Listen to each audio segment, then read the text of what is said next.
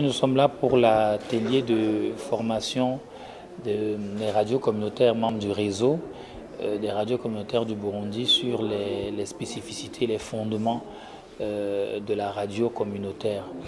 Pourquoi cet atelier? Parce que dans le cadre de l'appui que l'UNESCO apporte au Burundi dans son domaine de développement des médias, nous avons depuis 2017 organisé en collaboration avec le ministère de la Communication une série de consultations nationales sur la durabilité des radios communautaires. Pourquoi? Parce que les radios communautaires sont un nouveau type de média au Burundi qui commence à exister depuis très peu d'années.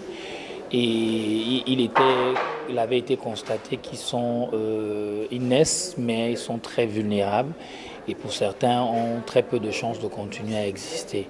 Donc on a fait une série de consultations depuis 2017 et on a abouti en 2020, en décembre 2020, à la consultation sur le statut juridique de ces radios communautaires.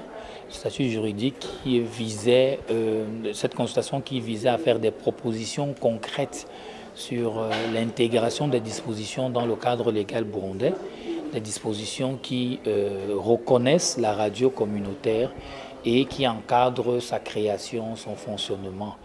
Et cela tombe bien parce que le gouvernement du Burundi a décidé de faire la réforme de toute la loi sur les radios communautaires.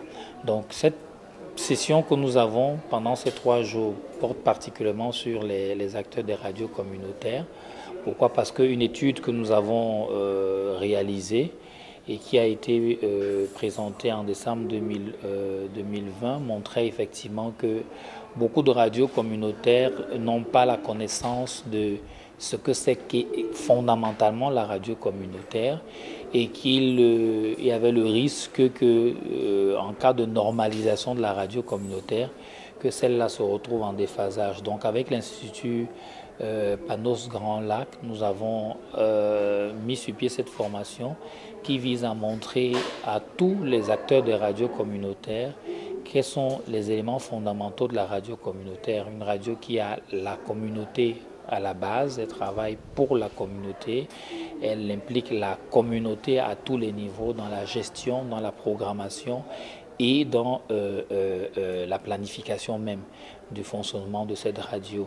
Et cet atelier va permettre aux radios de faire un diagnostic qui leur permettra, elles aussi, de participer au débat qui va être mené dans le processus de révision de la loi, de manière à ce que leurs réclamations, leurs problèmes soient pris en compte et que lorsque la loi va être adoptée, la loi sur les médias va être adoptée, qu'elle prenne en compte toutes les spécificités burundaises, n'est-ce pas, en matière de radio communautaire.